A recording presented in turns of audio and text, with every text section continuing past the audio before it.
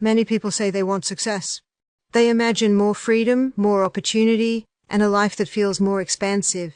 Yet something unexpected often happens when success begins to appear.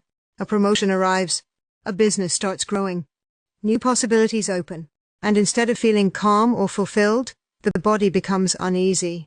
Sleep becomes restless. Doubt appears where excitement once was. It can feel confusing, as though one part of us wants the expansion while another part quietly pulls back. What many people do not realize is that this tension is not simply psychological. Very often it is the nervous system responding to change. What many people do not realize is that the nervous system quietly determines what feels safe to experience in life. We often assume that success is something everyone naturally wants. If someone struggles with it, the common explanation is usually psychological. People talk about limiting beliefs, fear of failure, or a lack of confidence.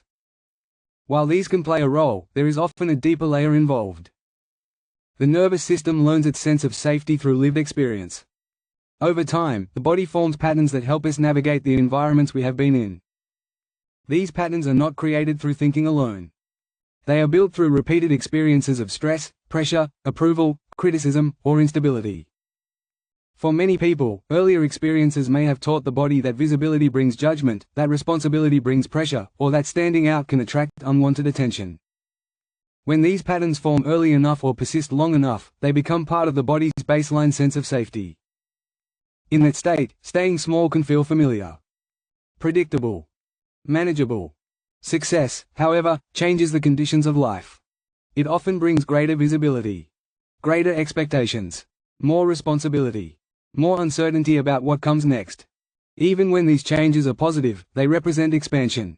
And expansion can feel unfamiliar to a nervous system that has learned to organize itself around caution or control. When something unfamiliar appears, the body does not automatically interpret it as opportunity. Instead, it often interprets unfamiliar intensity as potential danger. This is why someone may work towards success for years, and yet when it begins to arrive, their internal state changes. The mind may still say, "This is what I wanted." But the body may tighten, become restless, or begin scanning for problems. From the outside it can look like hesitation, doubt, or self-sabotage. But from the perspective of the nervous system, something very different is happening. The body is attempting to return to the range of experience that feels known and manageable. This is why effort alone rarely resolves the issue. No amount of pushing, motivating, or forcing ourselves forward changes the nervous system's sense of safety. If expansion feels unsafe in the body, the system will naturally try to move back toward what feels familiar. When this dynamic is operating, it often appears in subtle ways that people do not immediately connect to the nervous system. On the surface, it may look like hesitation, procrastination, or uncertainty. A person may say they want a promotion, a successful business, or greater financial stability. They may spend years working toward these goals. Yet when opportunities begin to appear, their internal state starts to change. Someone might be offered a new role at work that brings greater responsibility and visibility. At first it seems exciting. But as the reality of the change approaches, the body begins to feel tense. Sleep becomes more restless. The mind starts to question whether the opportunity is really right for them. They may suddenly feel unsure of their abilities, even though they were confident only weeks before. In another situation, an entrepreneur may work steadily to grow a business. For a long time the focus is simply on survival and progress. But as the business begins to succeed and income increases, something shifts internally. Instead of feeling relaxed or fulfilled, they begin to feel overwhelmed. They may start delaying decisions, avoiding important conversations, or losing the momentum that had previously carried them forward. Sometimes people interpret this as burnout or loss of motivation. In reality, the nervous system may simply be struggling to remain regulated at a higher level of intensity. Success often changes the pace and visibility of life. There may be more expectations from others, more attention on what one is doing, and more decisions that carry weight. For a nervous system that has not yet learned to remain relaxed within that level of expansion, the body may respond by trying to reduce the pressure. This is one way that what people call self-sabotage begins to appear. A person might miss an important opportunity by delaying action. They might overthink decisions until momentum fades. they may unconsciously create complications or conflicts that bring things back to a familiar level of intensity. From the outside, these behaviors can appear irrational. Someone might look at the situation and say, "You worked so hard for this, why would you pull back now?" But from the perspective of the nervous system, the response makes sense. The body is always trying to maintain a sense of safety and stability. If expansion creates a level of stimulation that the system is not used to holding, contraction can become the way the body restores equilibrium. This dynamic also appears in more subtle emotional ways. Someone may receive praise or recognition, yet instead of feeling comfortable receiving it, they feel uneasy. Compliments may be brushed aside or minimized. Recognition might create pressure rather than enjoyment. In financial life, this can appear as difficulty holding money. A person may experience periods of increased income, yet something always seems to happen that returns things to the previous level. Unexpected expenses arise, opportunities are declined, or financial decisions are made that quietly reduce the gains that were made. Often the mind tries to explain these patterns through stories about discipline, intelligence, or strategy. But beneath those explanations, there can be a deeper somatic pattern at work. The nervous system has a certain range of experience that feels familiar. Within that range, the body can remain relatively calm and organized. When life begins to move outside that range, the system may react by tightening, overthinking, or creating behaviors that bring things back toward what feels known. This is not a flaw in character, and it is not a lack of ambition. It is simply the body responding to expansion that it has not yet learned how to hold with ease. Understanding this changes the way we interpret these moments. What looks like resistance may actually be the nervous system reaching the edge of its current capacity.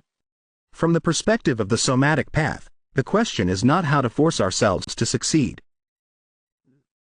The deeper question is how much expansion the nervous system can comfortably hold. Much of modern culture approaches success through effort and pressure. People are taught to push harder, overcome fear, and discipline themselves into achieving what they want. While this approach can produce results for a time, it often comes with strain. The nervous system remains tense, constantly managing the intensity of life. The somatic path suggests something different. Instead of forcing expansion, we begin by increasing the body's capacity to remain relaxed while life expands. When the nervous system experiences greater safety, its range of tolerance naturally widens. Situations that once felt overwhelming begin to feel manageable. The body no longer needs to contract when opportunity appears. Responsibility can be held without constant pressure. Visibility no longer feels like exposure. Growth does not automatically trigger stress. In this state, success is experienced very differently. Rather than something that must be chased or controlled, it becomes something the body can receive. This changes the entire orientation toward life. Instead of trying to overcome resistance through effort, we become curious about the signals the body is giving. Moments of tension or hesitation are no longer interpreted as personal failure. They are simply indicators that the nervous system is reaching the edge of what currently feels safe.